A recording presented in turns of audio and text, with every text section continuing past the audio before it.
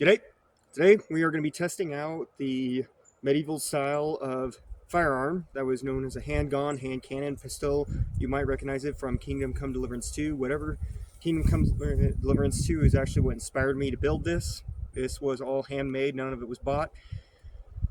It's a piece of 10-6, no. It's a tool steel that was often used for lug nut pullers on older RVs, semis, and such. That was cut in half and bored out to where we had a 1-inch block right behind it. From here down, it is hollow, where we got our wood staff socketed and northern burn marks. That's actually from me removing all the sticky from the tag that they stuck on the shovel handle. Hickory handle. The bore is probably 53 caliber at the front because I had to use a steel eater bit.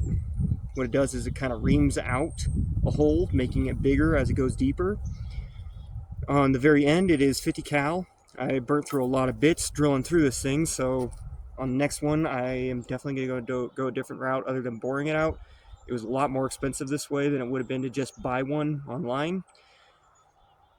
So we're going to be testing it on a set of Globos armor, 16 gauge munitions grade. It is not high carbon steel or anything that someone of luxury would have been wearing. It is pretty much, not exactly, but pretty damn close to what a standard militiaman or professional man-at-arms would have been wearing at this time. We're not going to be trying to go all the scientific method. I just got two cameras here, one that's going to try to capture the shot in slow motion, and then this one. We're not going to be able to get any kind of great range. This thing being smooth bore is going to send the bullet spiraling eventually or off to one side. We don't have the ability to fire from a long range because of how short the barrel is as well. So let's just see what we get. We'll take a couple of shots at it until I hit. Let's hope that I can hit on the first one, because last time I did this, I was shooting until I got done. The cow ball drains the powder.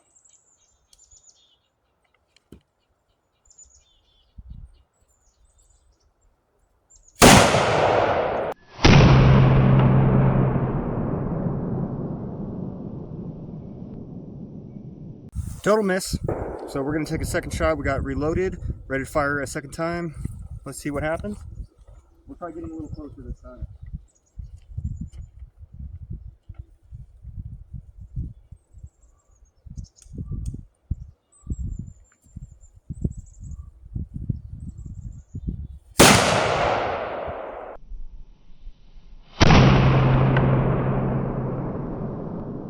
So interesting thing about that second shot, the ball actually had fallen out of the cannon. So I probably didn't have enough wadding packed around it, and it just fell out of the barrel while I was walking around, had the barrel facing downward.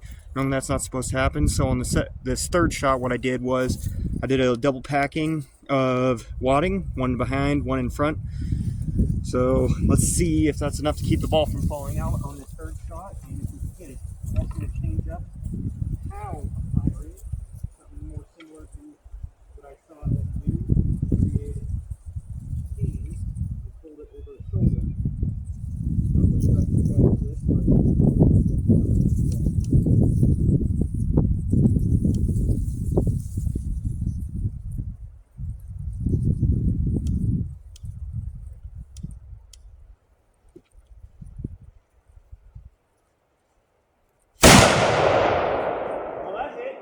So we'll show you where it actually hit, which is kind of cool.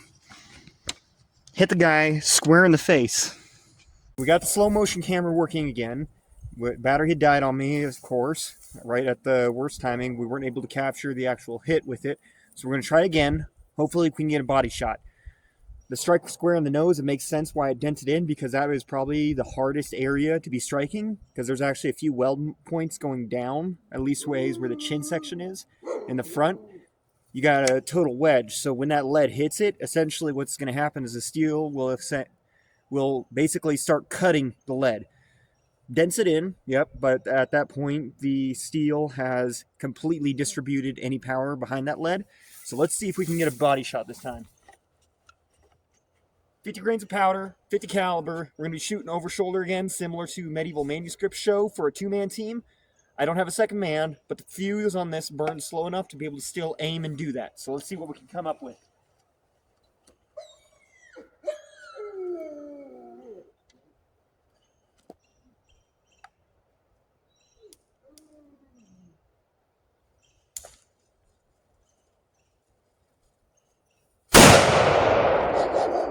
Yes!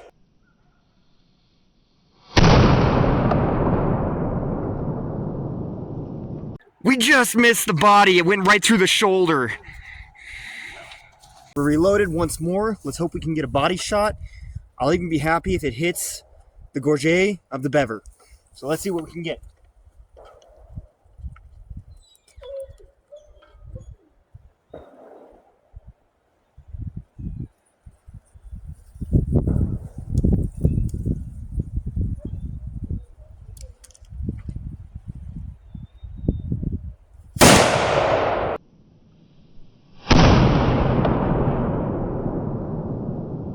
So that was another miss. Got it reloaded once more. We'll see if we can hit again. Still aiming for a body shot.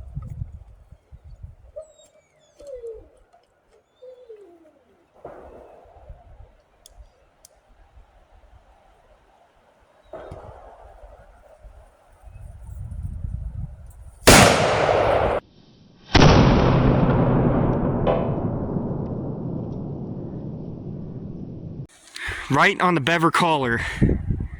That is just too cool. So let's get this thing off and see what kind of damage was done on the breastplate below. It's a good chance it's not even dented. We got a tiny little dent there, like you can barely even feel it. That'd bang right out. So I'm running out of time. This is probably gonna be the last shot. Let's hope it counts. No bever this time. No gorget. Just nothing but the straight 16 gauge breastplate. Hopefully we can actually get a hit on there. This is getting fun.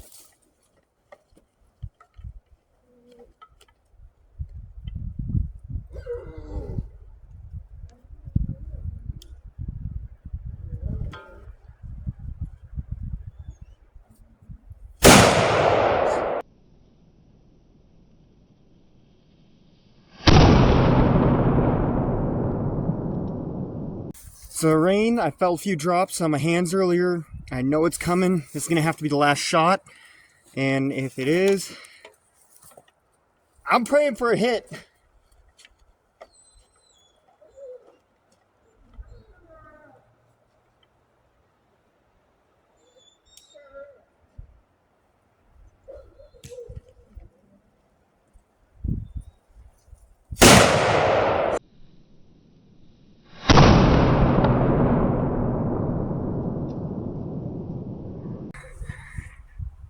Right there. That's actually pretty substantial. It wouldn't have killed the guy, but that would have really hurt in the shoulder. I need to probably adjust my hold on the barrel. It might be slightly crooked, which is why I probably keep hitting high and to the left, because I'm aiming down right here in the gut. So let's get this thing off and look on the inside. So something as I was taking off the armor, gotta hurry. That's where that one ball landed. You can just see a slight bit of gray. Come on, focus. Slight bit of gray there, along with some fabric from where the ball is stuck. It would have dragged in all this wool as it went in. And this is actually one of the biggest main killers during the years of, come on, firearms. Because when a bullet would get lodged in you, yeah, they might be able to get the bullet out, possibly, not always.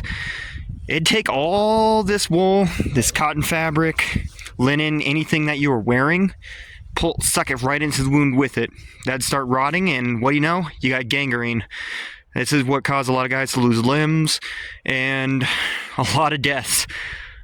Alrighty, so we have the breastplate, bever, and gambeson to look at. You can see right there where it hit in the shoulder. That definitely would not have done any damage to this guy. This other spot here, that little nick, there's a very small dent there. And on the inside, I don't think you can see that one. Yep, right there. You can see it there. There's a very slight dent. Larger dent there on the side where he got hit in close to the shoulder. just around close to the armpit by the ball socket of the shoulder. And that other smaller dent is this one here, where it punched a much bigger dent through the steel. I'm curious if, had there not been the breastplate backing it, if this ball would have actually blasted through, if it hadn't had such a strong backing to it. And then there's the one that he was shot right in the teeth. And I noticed, I don't know when and which shot, but he was hit in the face as well in a glancing shot right there.